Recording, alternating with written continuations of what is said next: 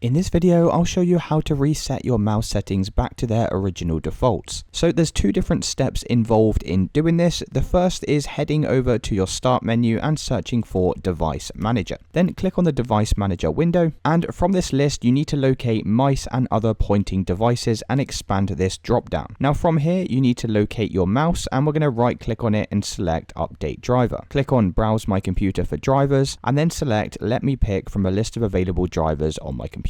Then just select the bottom option like so and press next. And as you can see, we've now successfully updated our mouse driver. So you can close out of this window, and I'm also going to do the same for this one here by right clicking, selecting Update Driver, and then just press Browse My Computer for drivers, let me pick from a list of available drivers, and select this bottom one again and press next. Another place that you may need to update your drivers is this Human Interface Devices section. If you scroll down and you can see your mouse listed here, mine's this Razer Death Adder one. You also need to right click on this, select Update Driver, and do the same thing by pressing Browse My Computer, let me pick from a list of available drivers, and then just selecting this Razer Death Adder one here and pressing next. And as you can see, this has successfully updated the drivers once again. Once you've carried out all the steps here, we then need to close out of this window, head over to the start menu and search for Control Panel. Click on the Control Panel window, make sure View By is set to large icons, click on Mouse, click on Pointers at the very top, and then just select this Use Default button down here, and that's going to restore the appearance of your mouse, the actual cursor, and then we can press Apply and OK to save these changes. So that's it guys, that's how you restore your mouse to its original settings. If you did find this video helpful, then please consider dropping a like and subscribing.